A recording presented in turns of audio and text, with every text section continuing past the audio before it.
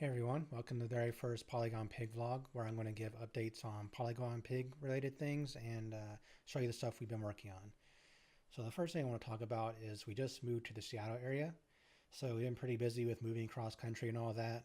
And add on top of that, I moved here to work at a specific game studio and they closed recently. So I've been trying to get a job the last month and a half or so. And my wife, Enring, who's the illustrator for Polygon Pig, she had to take a job over the summer teaching kindergarten kids art. So she's been very busy with that because, teaching is a very hard job and you spend all day, trying to control a bunch of little kids and teach them things and dealing with the parent issues and preparing a lesson plan after work. And it's a lot of work to do that stuff. She hasn't had much time lately to work on the interactive children's story I've been working on. So while I've been searching for a job, I've worked on this personal project, and I want to start a project where I don't have to rely too much on art. So I just wanted to buy things from the Unity asset store and see what I can do with that. So I've been working on this project, which I'm just naming for now. It's called Tap Chinese, and it's a Chinese language app. So let me just switch to that and show you. So this is a full house, and I bought this from the asset store. It's a pretty good start with to do a prototype. So you can click on these items. 微波炉 I know that has an echo because it's going in microphone, but you click an object, it'll say the word in Chinese and show you the English and Chinese translation. So 烤箱 there's oven, and the reason I wanted to do this is because I've been learning Chinese, and also there's been research on when you're learning a new language, if you learn words that are in a specific category that's familiar to you, you'll learn them faster and be able to memorize them longer term. So I wanted to start with the house because, we're always in our house most of the time. So it's good to learn all the basic household words. So I want to start with this. And that research also said if you associate pictures that have some kind of emotional meaning to you with the word that you're learning in the new language, you'll also be able to store that in long-term memory better because it'll store it in more places in your brain or something like that.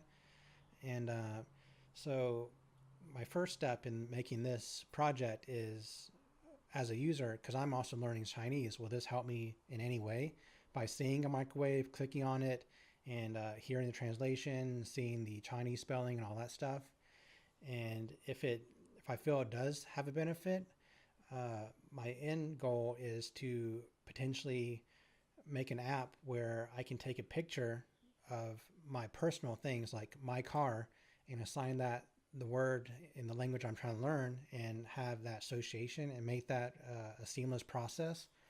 Basically cataloging your things in your daily life and assigning the words you're trying to learn in a new language to those objects and making an app to kind of organize that stuff for you.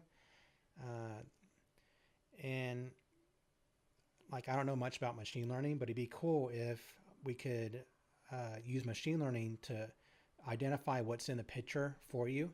So if you take a picture of your car, it'll recognize that it's a car and that it's silver or whatever, and these different attributes potentially, and automatically translate that for you. That'd be really cool and helpful. Because right now, a common app to use for language learning and this kind of flashcard style learning is called Anki, but it takes a while to set up. You have to manually input all these different pictures and assign words to them.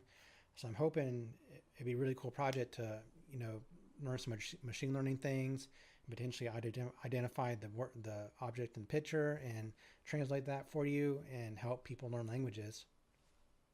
That's kind of what inspired this project. Let's see. I think that's everything I wanted to talk about. Oh, let me actually show you before we close this. Let me show you the different plugins, our assets I bought from the asset store that I found really, really helpful in making this project. Doozy UI is really awesome. 微波炉 That's what this UI here is.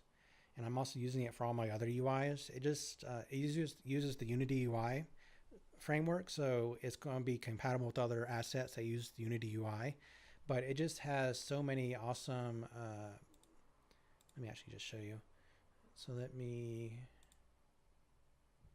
just click on a dialog, for example, and you got a UI element. You got all this stuff you can customize. You got preset and animations for when the UI spawns. Have out animations when the UI hides, and it just makes animating and making nice UIs really, really simple.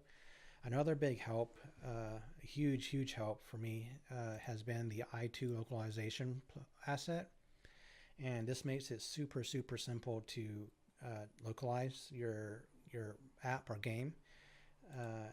It has one feature that's really awesome is you can export these terms to a Google spreadsheet.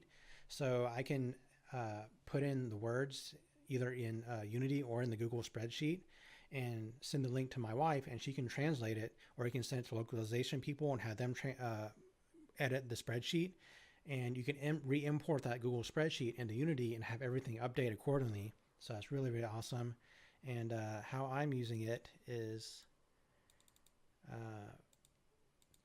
when the UI spawns, I'm just get English and getting these different translations, and it's really this simple. You just get the current language and return the term as a string, so whatever word you're trying to translate, and that's all you do, and you get that term, which is what you see.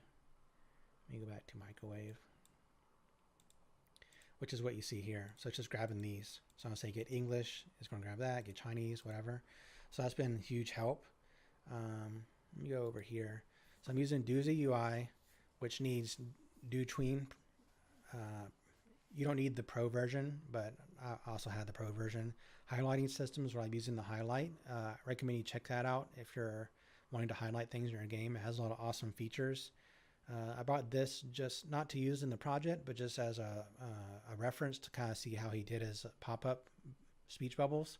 It was only like $4. I'm using the mobile touch camera asset. That's been a huge help because it makes it really simple to have a camera control using the mobile touch system. So you can have 2 fingers to rotate the screen and things like that. So in that 3D scene that I just showed you, you can rotate around it, zoom in, zoom out. I2 localization, which is the one I was talking about earlier with all this stuff. That's been if you're wanting to localize your game, I highly recommend this asset. It's been by far the biggest help for this project. Very impressed with this one.